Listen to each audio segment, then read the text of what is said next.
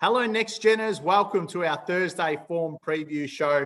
I'm Damien Ractliffe, Chief Racing Rider at The Age, and joined every show by our data guru, Hayden, Byrne from Daily Sectionals. Today, we've got one of the busiest men in racing, the voice of racing in Victoria, Matt Hill.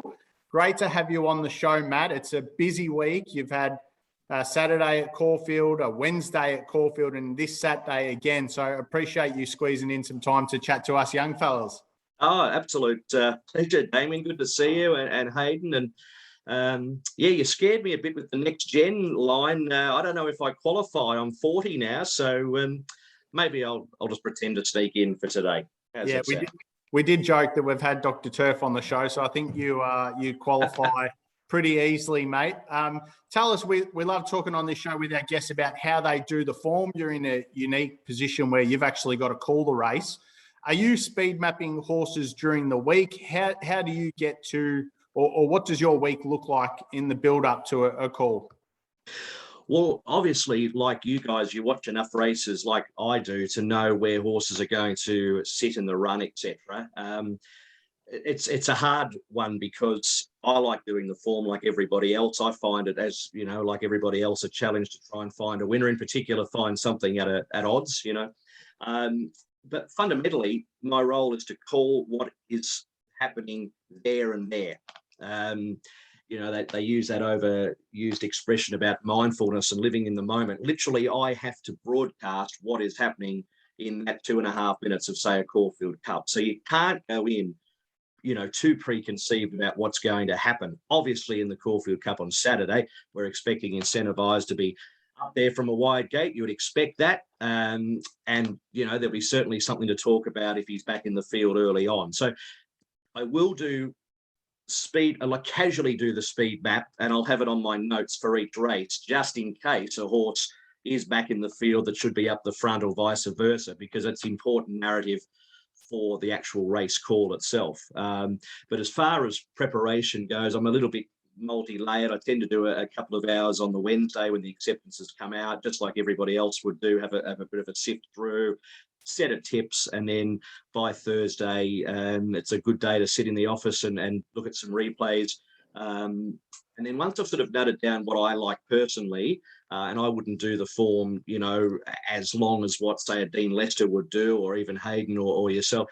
But then I go into another mode of where I print the colours out, and then I'm looking at the race to actually call the race. So I've got a different layer of preparation there. But I quite enjoy the preparation because it's you can never stop learning.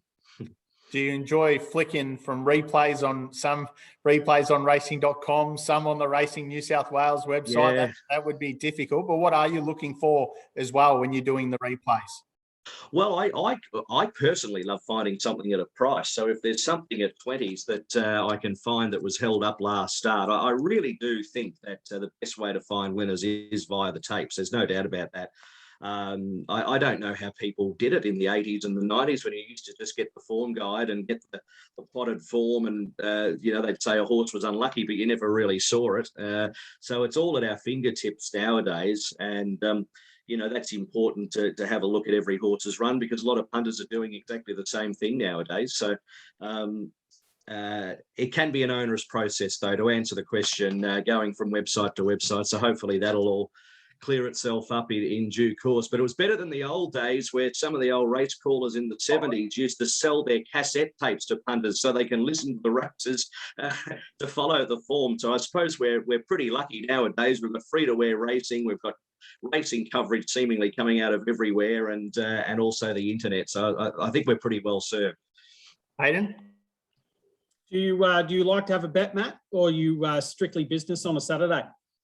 Good question. I do like a bet. I actually really enjoy a bet. But I prefer to do it on a day where I'm not working, which sort of makes no sense in a way, because the horses I know better are going around when I'm calling them. But I will have a bet on Saturday. I might have a quaddie. I'm in a syndicate. We have a quaddie every week. If I like something, 2 or 3 horses, I'll have a bet. But to be honest, Hayden, I'm not exactly gambling big amounts of money. And also the fact that punting doesn't really drive me. I mean, I love what I do and the art of what I do. So at the end, I'd much prefer to have called a really good meeting and lost a bit of money than won a bit of money and slaughtered a couple of races. So I do like a bet, but it's not my absolute priority on a day when I'm working. In terms of when you are doing your form, do you have any tricks that you like to draw out, or are you strictly a pen and paper man who likes to use his eye?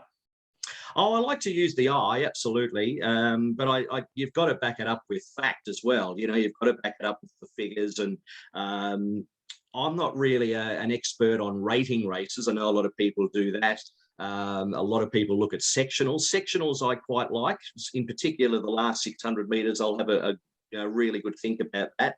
But I still believe in the aestheticness of looking at a horse and how it's won a race, etc. when I'm trying to pick a winner. But hey, look, there's so many ways to do it now. You can even pick the wind direction and all sorts of things if you really want to nut down to the absolute exacts. And that's why racing intrigues us all. We've all got our little tricks, and it doesn't matter if you run a fish and chip shop or if you're the sheikh of Dubai. You get to a racetrack thinking you know what you're doing, and you leave at the end not having a clue.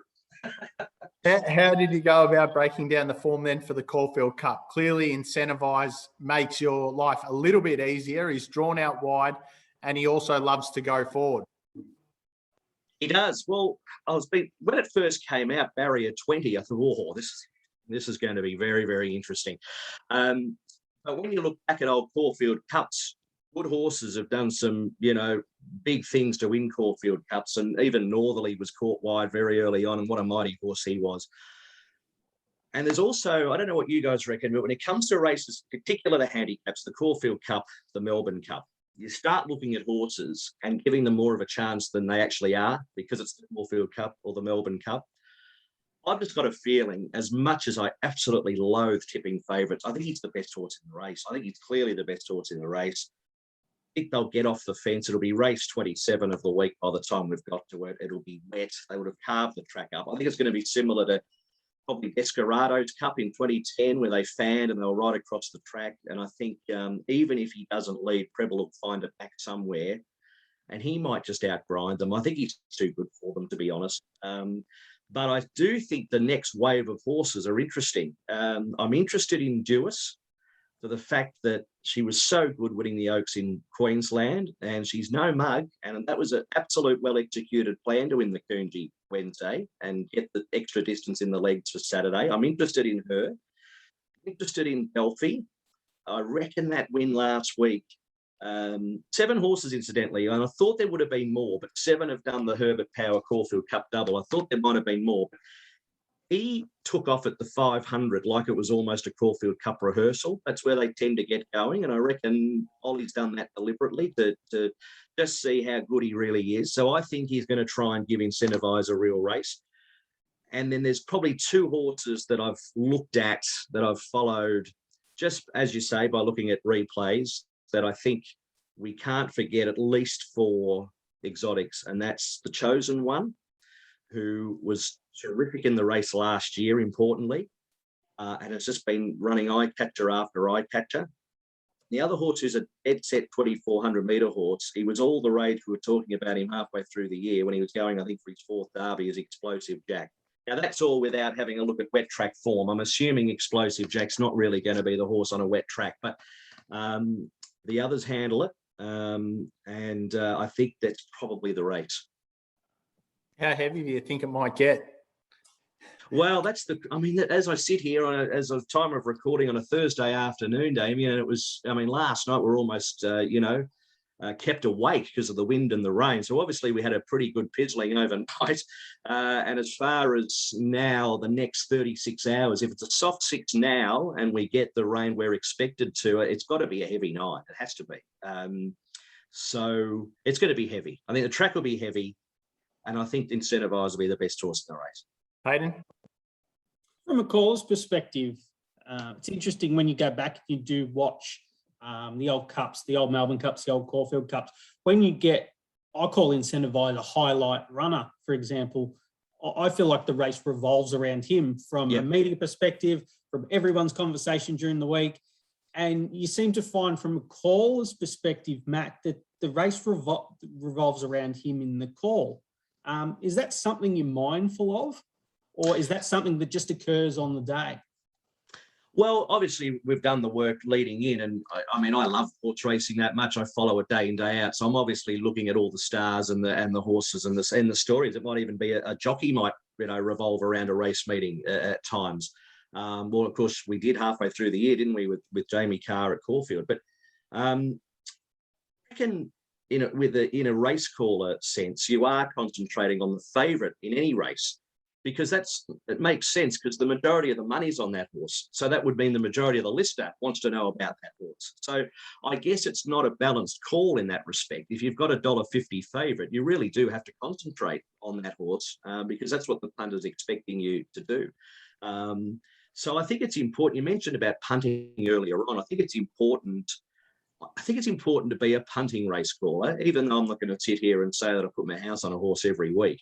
I think I understand at least what a punter would go through. And, there are times where you call a race and you think, oh, no, why did I say that? That was completely misleading, or because you don't want to mislead the punter that's listening on the radio, etc. So, I'm very aware of, who the favourite is, what the storylines are. But there's no doubt we're walking onto those of us that are lucky enough to be walking onto Caulfield Saturday, and there'll be only one horse on the tip of our tongue. No doubt about that. You won't want to give away anything now if Incentivise was to win, but is it about the horse? Is it about Peter Moody winning a major? Is it about Brett Preble, continuing his reign?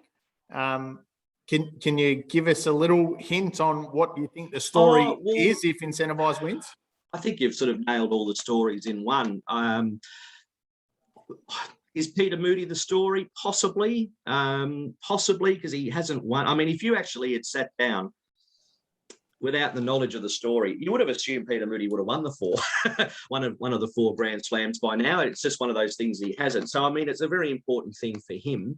For a race caller perspective, I think the actual horse is the story, to be honest. I think he's the up-and-coming star. He's winning the last 2 Group 1s into a Caulfield Cup from the wide gate. He's going to have to be, regardless of the strength of the field or what he's up against, he's just going to have to be a damn good horse to win it. So I think that's sort of where I'd come from. As far as rehearsing any lines, I haven't even thought about that. I don't think I will, to be honest. Our job's to call the race as accurately as we can. If something comes to me at the spur of the moment, so be it. But it will be a great story. We'll have a star of the turf that we can hang our hat on, especially, with racing being under the pump continuously from the outer sphere. It's good to hang our hat on a good horse. And for those that followed racing a long time, to have Brett Preble back, back where he belongs in Melbourne, winning Group 1s, and Peter Moody, who's the comeback story, connected to one of our great horses in Black Caviar. I think overall it's just going to be a really good feel-good story from start to finish. 2 of your race calls that still give me goosebumps when I hear them, mate. Vow and Declare. Vow and Declare's kicked. Won it for Australia. They're on top of the world. Yeah. Is that pre-planned?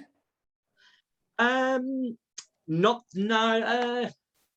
I think half and half. I think I'd said it earlier in the race that Vow and Declare was virtually representing Australia, and I think that had just come into my brain then. So obviously looking through the Melbourne Cup field, I thought, oh, gee, there's not many Australians here. So that was sort of in the mind. That race, though, to be honest, I hope I never get a race like it again. They were everywhere. It was so frenetic, the last 200 metres. It was, it wasn't a perfect call. And to be honest, most race callers would admit they'd walk away. They never do the perfect call. It's sort of something that we try and aim for, and it never happens. But it will go down as sort of one of my best efforts, I think, because it was such a, and I mean, look at Prince of Arran. I think I've barely mentioned him, and he's nearly won the race. That was the sort of race that it was. But as far as done it for Australia, they're on top of the world. Not really. Having said that, a mate did send me a text. I reckon it was the day before. It's little things that give you inspiration. A mate texted me and said, oh, I'm hoping Vow and Declare will be on top of the world by tomorrow, something like that. And that sort of gave me that bit of encouragement. I mean, the little things that give you ideas. I remember Greg Miles talking about Winks's second Cox Plate, and he hadn't even really thought about anything. And he's gone down to get a cup of tea between races, and he ran into a mate of his in the grandstand. And he said, "What do you think?" And he went, "Oh, mate, wings will blitz it." And that's where the wing split came from. It just clicked, and that was in the back of his mind an hour earlier. So, those little bits of inspiration come to you possibly on the day, 2 days before, by just a conversation with a friend. The other one that stands out is the Music Man, Homesman, winning the week of Michael Gudinski's death in the Australian Cup. Yeah, well, it wasn't until I heard the boys on the radio that morning saying, "Oh, this is the story of the day, this," and I wasn't really up with it. Well, I was up with the passing of Michael Gudinski and fully aware of who he was, but I'd forgotten about that attachment with Homesman and how he was running in the Australian Cup. So what I try and do, I don't try and script things, because that's not our job. Our job's not to script, poetic lines. It's to be as accurate as you possibly can. That's our job. And what I try and do is just put my own sort of spiel on it. So when I thought about it, I thought, "Oh, Michael Gudinski, he's the Music Man," and that was just the simple inspiration of that, So yeah, I mean, I don't try and make a habit of doing that sort of stuff, because you don't want to be the guy that's continually coming out with these lines. But when they're appropriate, as Tom Durkin, the American caller, says, our job's to call races accurately and appropriately. So that's what you try and do. No, you're one of the best, mate. I think you're right. I think if you did prep for every single race that you're called in, you do all this prep work for nothing too, wouldn't you? I'd love to know the prep work you put into the Olympics, though, because that would have been some experience calling the rowing. Yeah, well, I had done rowing before, but the problem is with a lot of sports is that you have to know the jargon, so it's no good calling a rowing late race like a horse race, or or calling it like an AFL game. You've got to know the jargon. So a lot of preparation, probably about 6 months of watching rowing races and just listening to other commentators as well. That's the great thing about YouTube now, is you can watch the World Championships from 3 months earlier and just have a listen to what they're doing. And I was, I got lucky. I had Nick Green next to me for the rowing. He's a superstar. He knew everything that there was to know about the sport. So that certainly helps. But a lot of work goes into that, just knowing who's who in the zoo, knowing who's representing Australia, what their story is, what the world champions are, what countries perform in certain disciplines, what they've done in previous Olympics is really important. So all that sort of stuff. But I think if you genuinely love sport, which I do, I find that interesting. So it wasn't really an onerous process. It's a lot of work, but it's also quite fun. I'm doing speed skating at the Winter Olympics next year, so that preparation has now started again. I've called it before, short track speed skating. I called it in Russia at the Winter Olympics in 2014, so I'm having a second crack at that, and also the long track speed skating. So again, we've got back to square one now, looking at World Championships, looking at European Championships, learning the rules again, watching old meets. So that'll be happening for the next 3 or 4 months. Yeah, that sounds exciting, and you've done a bit of AFL this season too. Yeah, I love calling the footy. Footy was great, especially on radio, because there's quite an art form to calling footy on radio. It seems really basic when I say it, but it really is important. Who's got the ball and where is it? They're two very, very easy. That's basically what you've got to get it down to. And it's a fast game. And to learn to put words to it is even harder. But I get a real thrill out of calling the footy, and I'll hopefully do more of it. Hayden? It was interesting looking at your career. Most people have a target. And, Matt Hill, you'd envision, would want to be a race caller, for example, and that would be his target and have a long career in that. But you seem to me to be the first person to basically pull out the Bruce McAvaney blueprint and say that, the world's my oyster when it comes to commentary. What's the dream for Matt Hill? Where do you end up? Because is race calling the first step to where you ultimately want to go to, or is race calling the dream? Race calling was always a dream. To call the Melbourne Cup was to call an Olympics and a Melbourne Cup. probably the two things I wanted to do. And the two people, I mean, it seems so, if I can use the word nerdy, most young guys that have rock stars on their walls or are looking at supermodels or footballers as young people. I wanted to be Greg Miles and Bruce McAvaney. That's who I wanted to be, So you're right, it is a bit of a McAvaney blueprint, but also the fact that Ray Warren, who called his 45th grand final last week, he was a race caller. You've got your Peter Donegans, Dave Morrow, Ray Hadley, Gerard Whateley. There's so many of them that have called everything. And it's just sort of a natural thing. I'm a curious person in that I like pushing myself. So I don't know if there's a set dream because I've had ambitions that I've knocked over along the way. I always said to my granddad I wanted to call a Grand National in England, and I knocked that over and all that sort of stuff. But I think for me, the dream is as long as I can get out of bed with the bug in the stomach ready to go, the fire in the belly, as they call it, as long as I keep doing things that keep me doing that, then I'm happy. So who knows where it'll take me? Could end up doing anything. Bruce has made the 100-metre sprint a really special thing from an Australian perspective. Is that something that you would like to do in the future? The 100 sprint, I think it's the one event, isn't it? I mean, you look at, you could probably look at Melbourne Cup, AFL Grand Final, probably in rugby league. I'm not really a rugby league man, but I lived in Sydney for long enough to know that, state of origin's a big deal. The 100 sprint at the Olympic Games, and probably the Australian Open tennis men's final, I guess, the sort of the big things that a commentator can do in this country. So, I think that's what I love about calling athletics, is that you get to call the 100 sprint, which goes for all of 9.58 seconds. And then you do the 10,000 or the longer form, forms of the sport as well, like the 3,000 steeplechase and things like that. So there's really good variety in calling those sports. But you're right. I mean, Bruce is an interesting point because he was a race caller that heard Bill Collins get sent to the Olympics in 1980. Bill called the athletics for Channel 7, and Bruce was inspired by that. And then he picked up and went, I love this sport, athletics. And then all of a sudden he made it his own, and I think 11 of the last 12 Olympics athletics, something like that, some stat like that. So it's definitely his, and he's so good at it. Because what Bruce has got the ability, and this is one thing that's important with sports commentators, is that you have to feel and love the sport. Otherwise, it's pointless doing it. So if you said to me, go and call cricket, I could do it, but I'd have no love for it. I don't dislike cricket, but I don't feel it.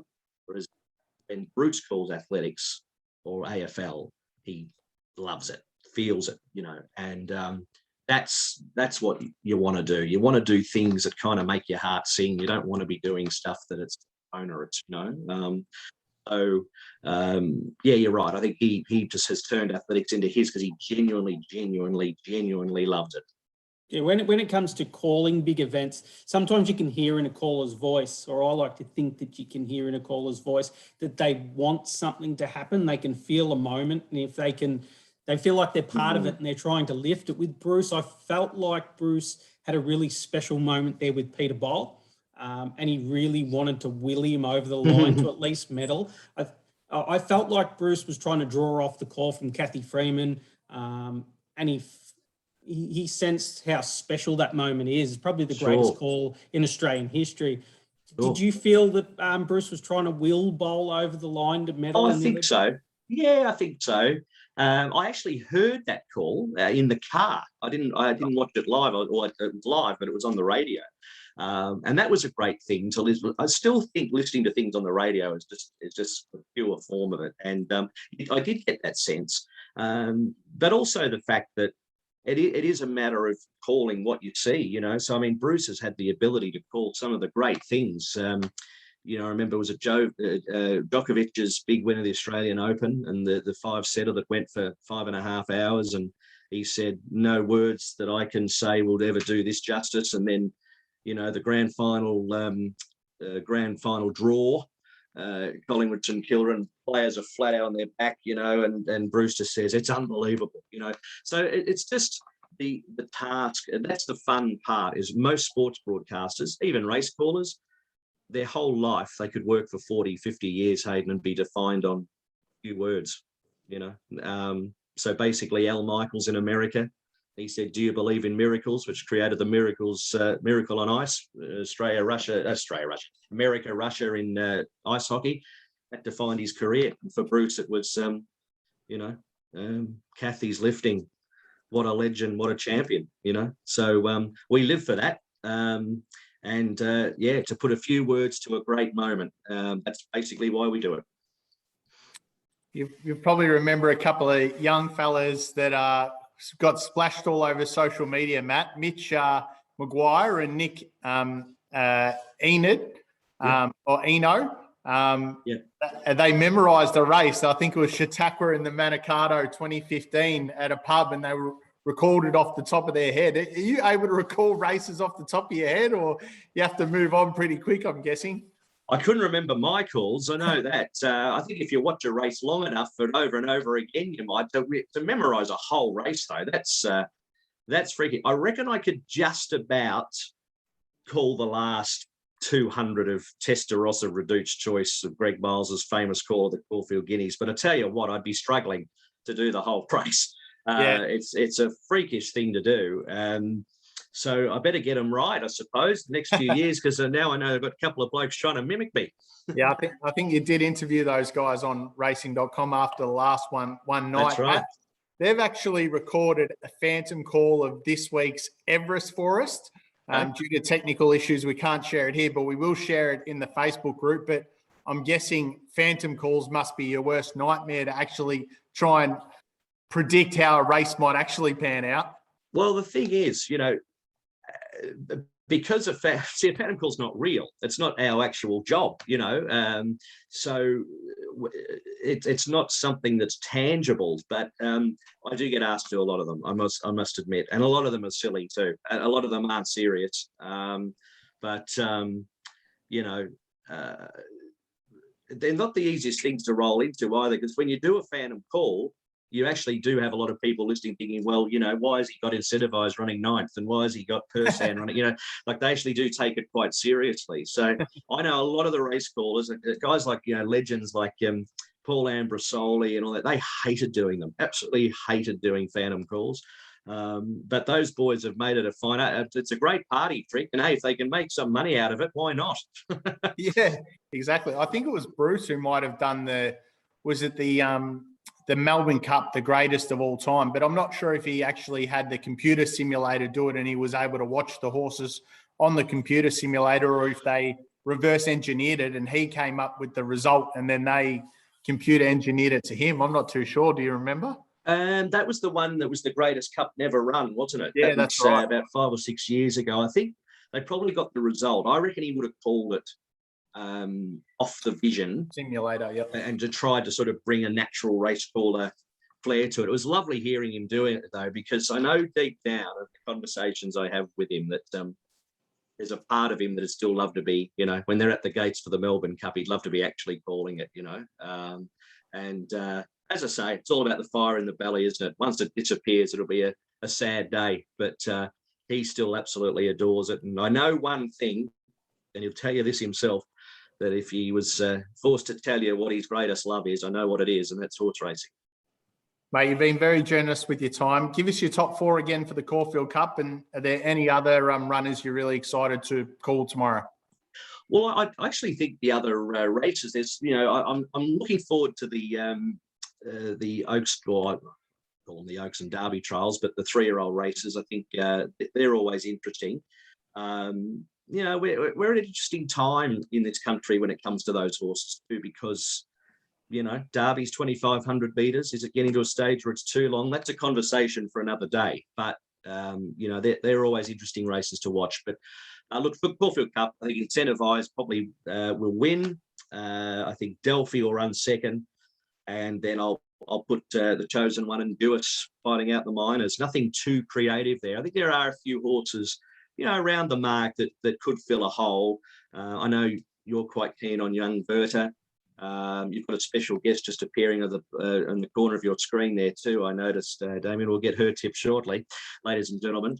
But I think the favourite will win. I'd like to be more creative than that. As I say, I hate to pick favourites, but I think he's the best horse in the race, and I think we'll leave Caulfield with a bit of a spring in our step on Saturday, knowing we've seen a damn good racehorse. Mate, good luck with the call tomorrow. Appreciate your time today, and hopefully all goes well. And it will be special if Incentivise gets the job done. So hopefully it makes your life easy. Yeah, true. Maybe a gap job would be very, very helpful. But thanks, boys. Good to be able to fit into the Next Gen podcast. So I feel a bit better and a bit more youthful today as a result. Thank you very much. Good on you, Matt. Matt Hill, voice of Victorian racing, calling tomorrow's Caulfield Cup. Hayden, we'll chat soon for our Friday form preview. That'll be on a separate show. So thanks, guys, for joining us today, and we'll chat to you soon.